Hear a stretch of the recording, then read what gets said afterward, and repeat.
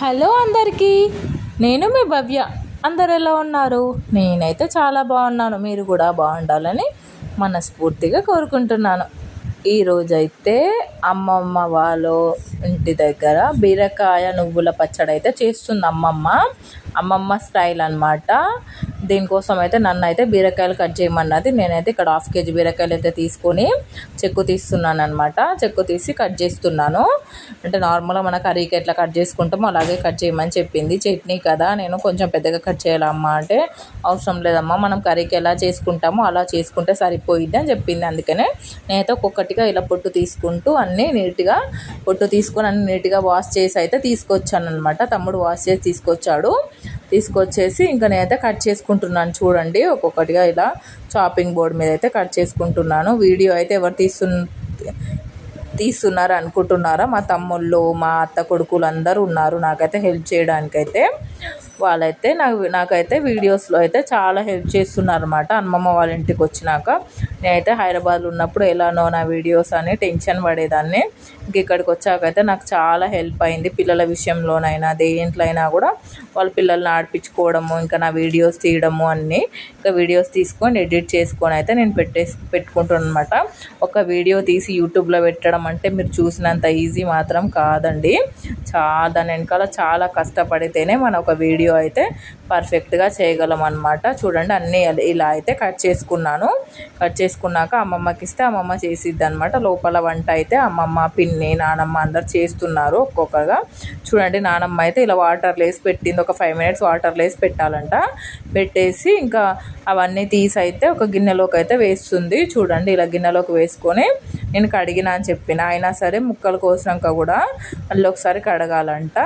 ఇంకా పెద్దవాళ్ళు ఎలా ఉంటారు, నీట్గా చేసుకుంటారు అనమాట. ఇప్పుడు దీంట్లోనే ఇందులో పచ్చిమిర్చి వేసుకొని ఒక 7-8 పచ్చిమిర్చి ఆల్రెడీ వేసేసింది అమ్మమ్మ. వేసుకొని ఒక 2 tablespoons ఆయిల్ అండ్ ఒక 1/2 teaspoon పసుపు వేసుకొని స్టవ్ వెలిగించి పెట్టుకోవాలన్నమాట. స్టవ్ మీద పెట్టుకొని కొంచెం ఉప్పు వేసింది అమ్మమ్మ. ఉప్పు అండ్ కొంచెం జీలకర్ర వేసింది ఉడకడానికి. ఉప్పు వేస్తే మంచిగా తొందరగా మగ్గిపోతాయని చెప్పింది అమ్మమ్మ. ఇంకా ఇలా స్టవ్ పెట్టుకొని మూత పెట్టుకొని అయితే మగ్గించుకోవాలి. ఈలోపు అయితే అమ్మమ్మ అయితే ఇంకా కొత్తిమీర గిల్తా అన్నది. చూడండి, ఇదైతే వాటర్ పైకి వచ్చి ఉడుకుతుంది కదా. చూడండి, పచ్చిమిర్చి కూడా అన్నీ పైకి వచ్చాయి. అమ్మమ్మ అయితే చూడండి కొత్తిమీర అయితే గిలుతుందనమాట. కొత్తిమీర వేస్తే బాగుంటుందంట. ఇంకా నేనైతే కొత్తిమీర వాటర్లో వేసి కడిగి అయితే వేస్తున్నాను. అందులో ఆల్మోస్ట్ ఒక 70% అయితే ఉడికిపోయిందని చెప్పింది. ఇంకా కొత్తిమీర వేసుకొని ఇంకొక 5 minutes ఉడికిపిస్తే అయిపోతుంది, ఏం లేదు. ఇంకా ఇలా ఉడికిచ్చాక దీన్ని స్టవ్ ఆఫ్ చేసి చల్లారబెట్టుకోవాలన్నమాట. మొత్తం అంటే వాటర్ అంతా గుంజిపోవాలన్నమాట. కొంచెం వాటర్ గుంజిపోయినాయి, కొంచెం ఉడకలేదని అమ్మమ్మ ఇంకొంచెం వాటర్ వేసి ఉడికించింది.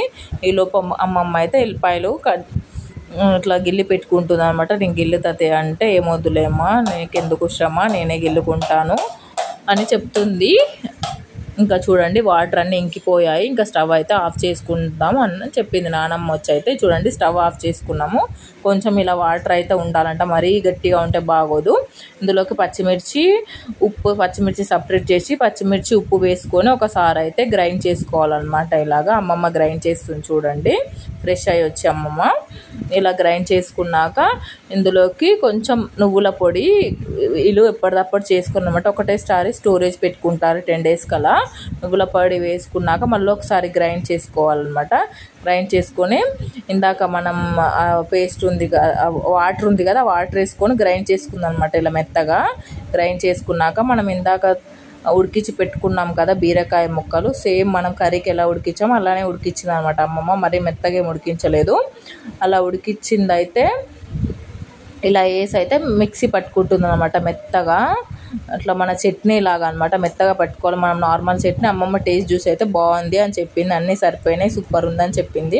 నన్ను చూడమన్నది, కాకపోతే ఈరోజు నేను సాటర్డే అనేసి ముట్టుకోలేదు. ఇంకా ఆల్మోస్ట్ అన్ని వీడియోస్ అయితే ఒకటే రోజు ఎడిట్ చేసుకుంటున్నాను. రోజు ఒక వీడియో పెడదామని, పిల్లలతో టైం ఉండదు కదా.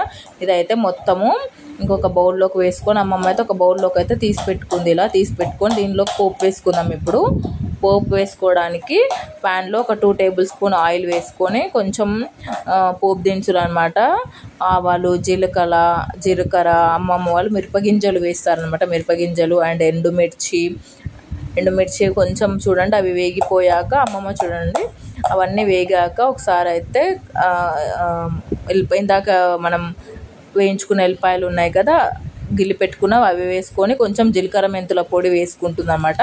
జీలకర్ర మెంతుల పొడి వేస్తే మంచిదంట ఆరోగ్యానికి. అవన్నీ వేసుకొని మళ్ళీ ఒకసారి ఇగో ఇలా అయితే తిప్పుకొని లాస్ట్లో కొంచెం పసుపు వేసిందనమాట.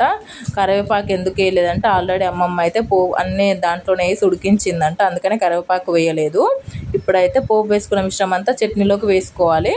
ఇలా వేసుకొని ఒకసారి కలుపుకోవాలి. లాస్ట్లో ఉల్లిపాయలతో కానీ సరే.